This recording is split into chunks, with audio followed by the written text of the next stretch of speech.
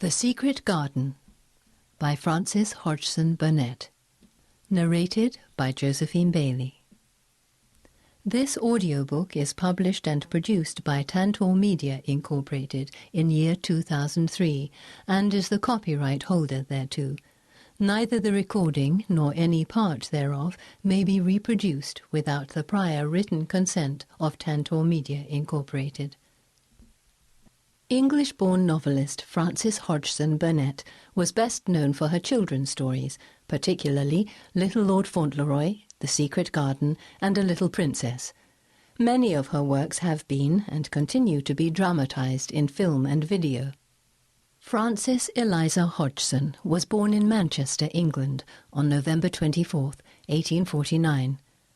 When she was 4, her father died, leaving her mother with 5 children and little money. They moved to America when she was 16 and settled on a farm in Knoxville, Tennessee. The family financial situation did not improve, and Frances felt that she had the ability to earn money from writing. So, as a teenager, she sent a story to an editor. Frances paid for the paper and postage stamps with money she had earned picking and selling wild grapes. She began with short stories based on her childhood days in Manchester. After Surly Tim's Trouble premiered in Scribner's magazine in 1872, publishers pursued Frances, and one successful story led to another. Frances married Dr. Swan M. Burnett in 1873, and they had 2 sons. They travelled extensively throughout Europe and subsequently took up residence in Washington, D.C.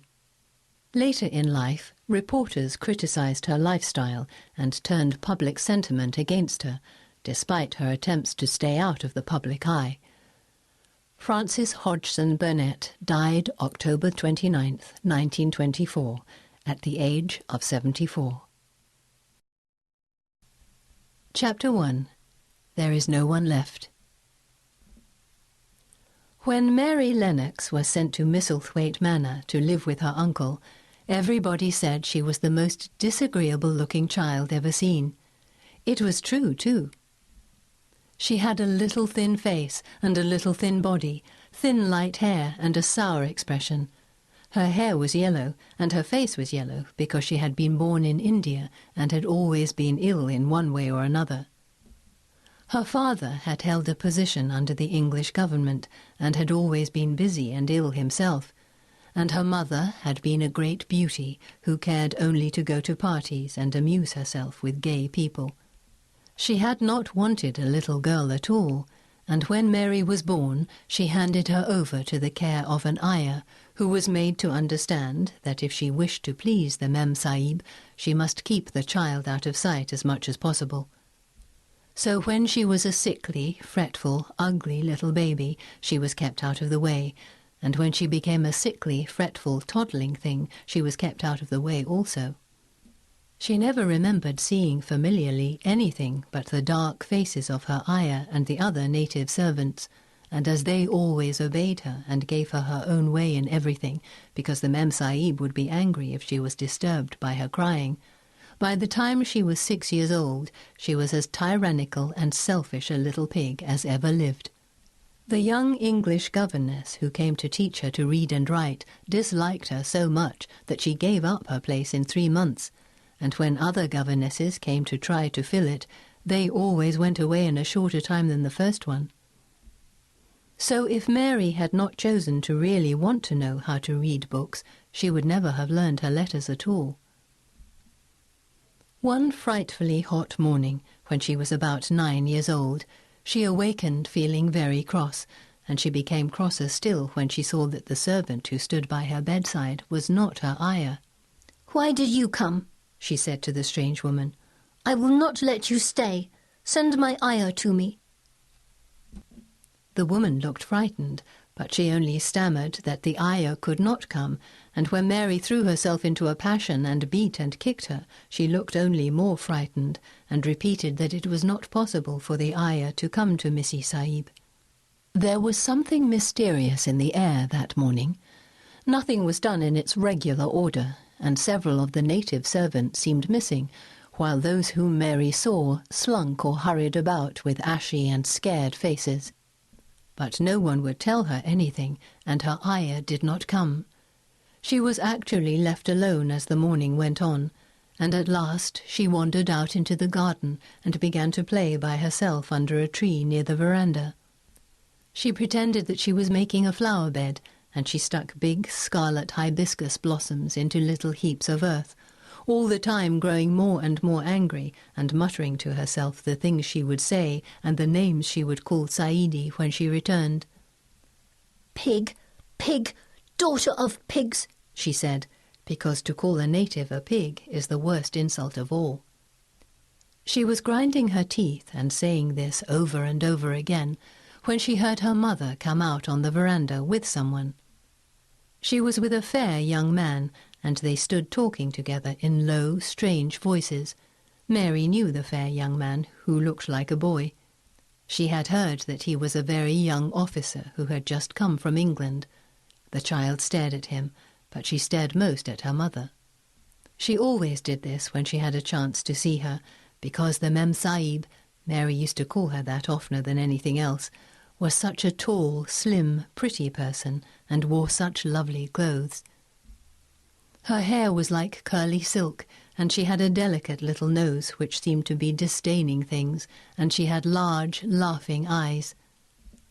All her clothes were thin and floating, and Mary said they were full of lace. They looked fuller of lace than ever this morning, but her eyes were not laughing at all. They were large and scared, and lifted imploringly to the fair boy officer's face. "Is it so very bad? Oh, is it?" Mary heard her say. "Awfully," the young man answered in a trembling voice. "Awfully, Mrs. Lennox. You ought to have gone to the hills 2 weeks ago." The Mem Sahib wrung her hands. "Oh, I know I ought," she cried. "I only stayed to go to that silly dinner party. What a fool I was." At that very moment, such a loud sound of wailing broke out from the servants' quarters that she clutched the young man's arm, and Mary stood shivering from head to foot. The wailing grew wilder and wilder. "What is it? What is it?" Mrs. Lennox gasped. "Someone has died," answered the boy officer. "You did not say it had broken out among your servants." "I did not know," the Mem Sahib cried. "Come with me, come with me." And she turned and ran into the house. After that, appalling things happened, and the mysteriousness of the morning was explained to Mary. The cholera had broken out in its most fatal form, and people were dying like flies.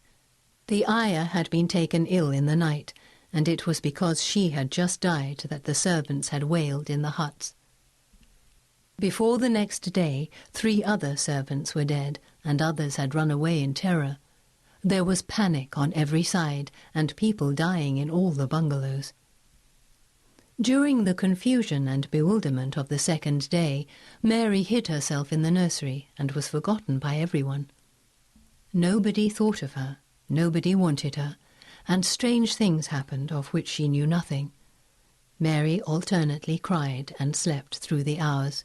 She only knew that people were ill, and that she heard mysterious and frightening sounds. Once she crept into the dining room and found it empty, though a partly finished meal was on the table, and chairs and plates looked as if they had been hastily pushed back when the diners rose suddenly for some reason. The child ate some fruit and biscuits, and being thirsty, she drank a glass of wine which stood nearly filled. It was sweet, and she did not know how strong it was. Very soon it made her intensely drowsy, and she went back to her nursery and shut herself in again, frightened by cries she heard in the huts and by the hurrying sound of feet. The wine made her so sleepy that she could scarcely keep her eyes open, and she lay down on her bed and knew nothing more for a long time. Many things happened during the hours in which she slept so heavily, but she was not disturbed by the wails and the sound of things being carried in and out of the bungalow. When she awakened, she lay and stared at the wall. The house was perfectly still. She had never known it to be so silent before. She heard neither voices nor footsteps, and wondered if everybody had got well of the cholera.